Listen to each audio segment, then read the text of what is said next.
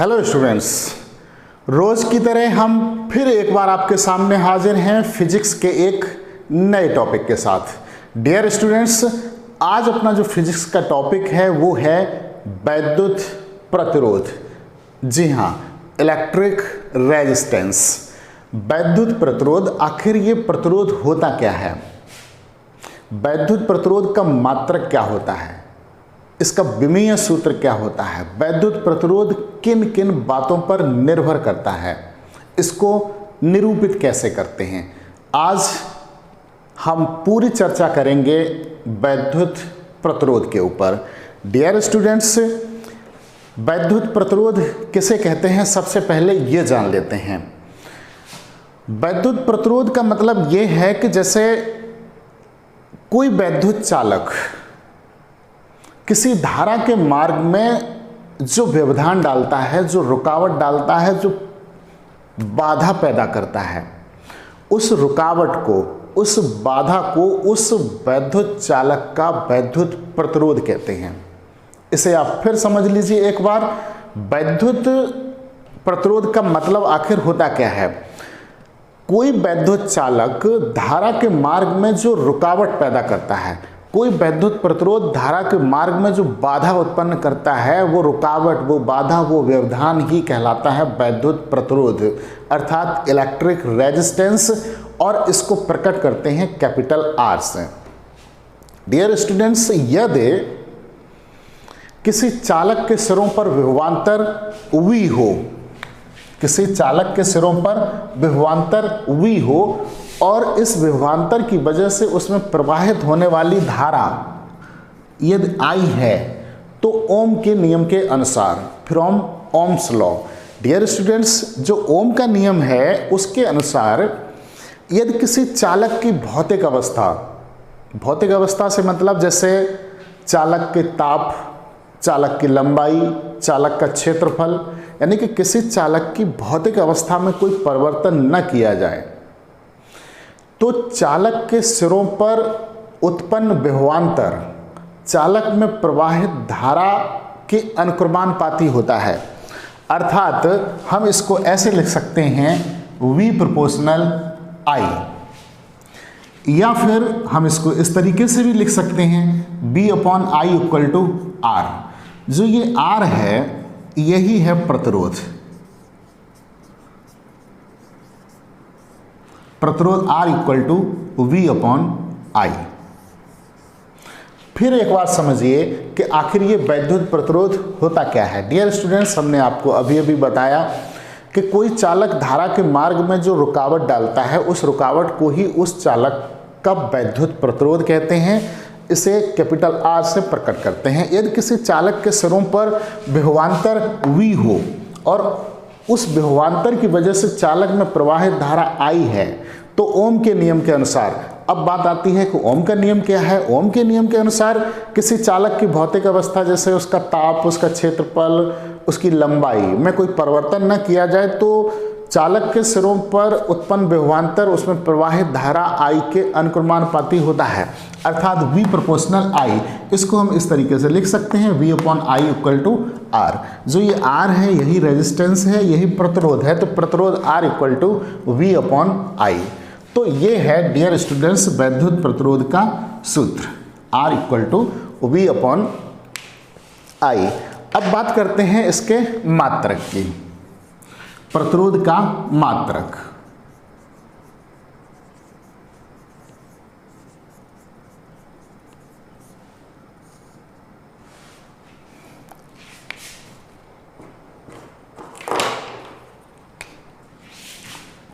चूंकि R equal to होता है V/I, तो इसका मात्रक हो जाएगा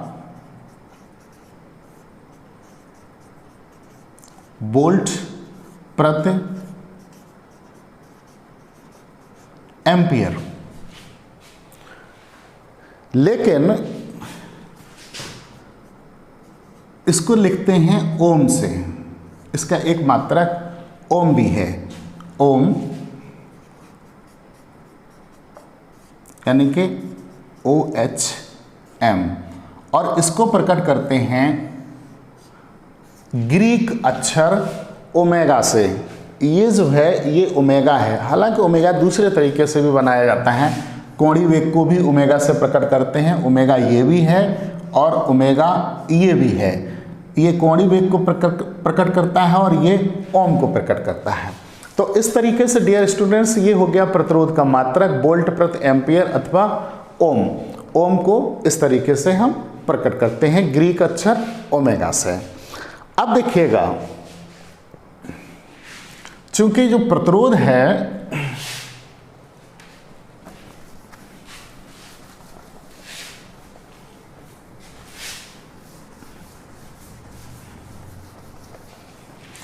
वो होता है R equal to V upon आई।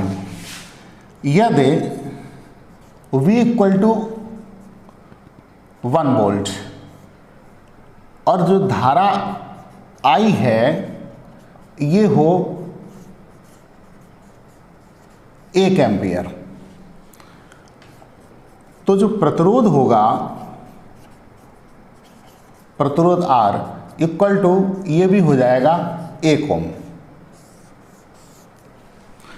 मतलब बात स्पष्ट है कि यदि किसी चालक के सिरों पर 1 वोल्ट का विभवांतर होने से उसमें प्रवाहित धारा 1 एम्पियर हो तो उस चालक में प्रतिरोध R का मान 1 ओम होगा।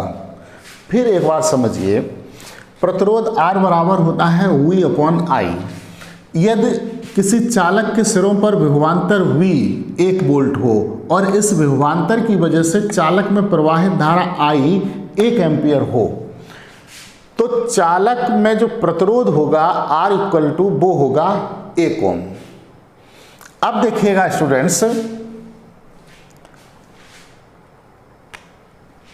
प्रतिरोध का विमीय सूत्र।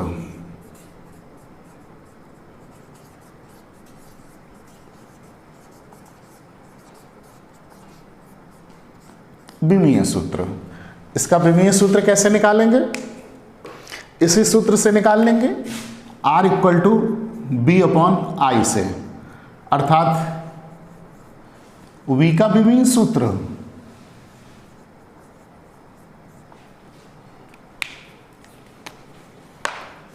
अपॉन I का विमीय सूत्र, B वैद्युत विभव। वैद्युत विभव B बराबर होता है W अपॉन Q, तो हम इसको लिख सकते हैं W अपॉन Q और अपॉन है ये I। इसको इस तरीके से भी लिख सकते हैं,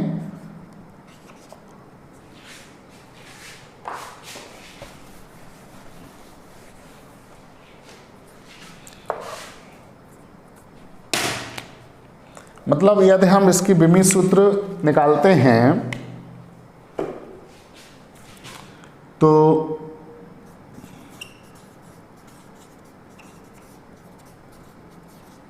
जो R का विमीय सूत्र हो जाएगा W कार्य ml2 t-2, धारा I A, आवेश AT, इसको व्यवस्थित कर देंगे तो ml2 t-3 A-2।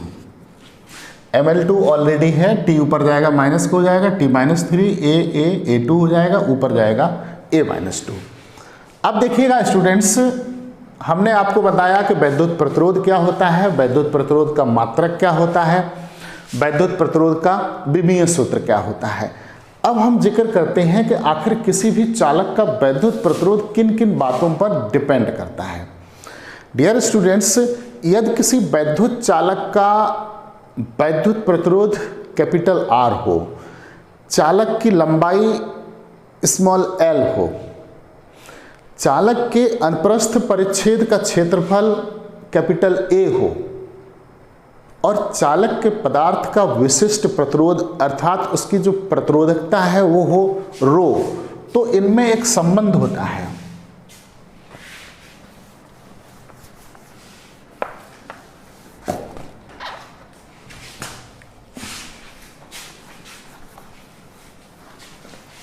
हमने बताया कि प्रतिरोध R हो, चालक की लंबाई L हो, अनुप्रस्थ काट का क्षेत्रफल a और विशिष्ट प्रतिरोध रो हो, तो जो संबंध होता है वो है R equal to rho into L upon A। R resistance, rho विशिष्ट प्रतिरोध अथवा प्रतिरोधकता, L चालक तार की लंबाई और A जो है वो है क्षेत्रफल, अनुप्रस्थ काट का क्षेत्रफल। अनुप्रस्थ काट का क्षेत्रफल का मतलब जैसे मान लीजिए कि ये तार है ये, तो ये जो क्षेत्रफल होता है, ये जो एरिया है, ये कहलाता है अनुप्रस्थ काट का क्षेत्रफल। इसके अकॉर्डिंग जो रेजिस्टेंस जो है वो तीन बातों पर निर्भर करता है, चालक तार की लंबाई पर, चालक तार के अनुप्रस्थ परिच्छेद के क्षेत्रफल पर और चालक तार जो है उसके पदार्थ के विशिष्ट प्रतिरोध पर। तो सबसे पहला जिक्र करते हैं R प्रोपोर्शनल L, यानी कि जो प्रतिरोध होता है वो चालक तार की लंबाई स्मॉल l के अनुक्रमानुपाती होता है। यदि तार की लंबाई बढ़ा दी जाए तो प्रतिरोध बढ़ जाएगा, चालक तार की लंबाई l को कम कर दिया जाए तो प्रतिरोध कम हो जाएगा। कहने का मतलब ये है स्टूडेंट्स, यदि हमको इमरजेंसी लाइट जलाने के लिए किसी बैटरी और लाइट के बीच में 5 मीटर तार की यदि आवश्यकता है और हमारे घर पर 20 मीटर तार का एक टुकड़ा रखा हुआ है, तो हम ये सोचें कि हम 5 मीटर तार ना काटें, 20 मीटर तार ही यूज़ कर लें तो कोई फ़र्क नहीं पड़ेगा। ऐसा नहीं, हमें तार हर हाल में उतना ही लेना चाहिए जितना उचित है, जितने तार की हमको ज़रूरत है, क्योंकि अनावश्यक तार की लंबाई बढ़ाने से चालक तार का प्रतिरोध बढ़ जाता है, रेजिस्टेंस बढ़ जाता है। दूसरी बात देखिए, resistance R proportional 1 upon A। A जो है तार के अनुप्रस्थ परिच्छेद का क्षेत्रफल है। तार के अनुप्रस्थ परिच्छेद का क्षेत्रफल A यदि अधिक है तो चालक तार का जो प्रतिरोध होगा वो कम होगा, और क्षेत्रफल A कम है तो प्रतिरोध अधिक होगा। सीधी सी बात है डियर स्टूडेंट्स कि जब भी हम विद्युत धारा के लिए कोई कनेक्शन वायर संयोजक तार प्रयुक्त करें तो तार की मोटाई अधिक होनी चाहिए, अर्थात उसके अनुप्रस्थ परिच्छेद का क्षेत्रफल अधिक होना चाहिए। अब दो बातें बिल्कुल स्पष्ट हो गई कि यदि हमें कम प्रतिरोध का तार चाहिए तो हम तार कैसा प्रयोग करें। सबसे पहली बात यह है कि तार की लंबाई कम से कम रखें। दूसरी बात यह है कि तार मोटा रखें, अनुप्रस्थ परिच्छेद का क्षेत्रफल अधिक होना चाहिए। अब देखिएगा तीसरी बात, R प्रोपोर्शनल रो। R जो है इलेक्ट्रिक रेजिस्टेंस है, वैद्युत प्रतिरोध है, और रो जो है वो विशिष्ट प्रतिरोध है, इसको प्रतिरोधकता भी बोलते हैं। यानी कि किसी चालक पदार्थ का विशिष्ट प्रतिरोध रो यदि कम है, प्रतिरोधकता यदि कम है, तो उस चालक का वैद्युत प्रतिरोध R भी कम होगा।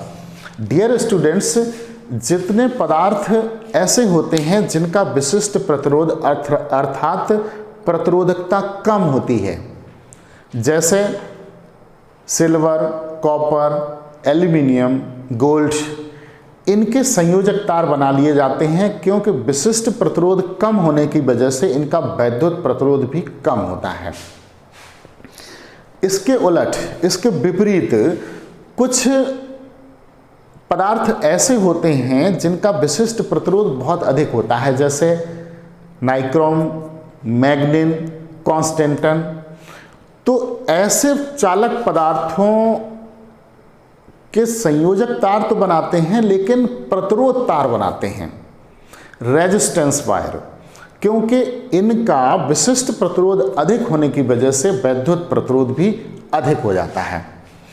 अब देखिएगा, हमने आपको बताया कि वैद्युत प्रतिरोध किसे कहते हैं, वैद्युत प्रतिरोध का मात्रक क्या होता है, विमीय सूत्र क्या होता है, और वैद्युत प्रतिरोध किन किन बातों पर डिपेंड करता है किसी चालक का वैद्युत प्रतिरोध।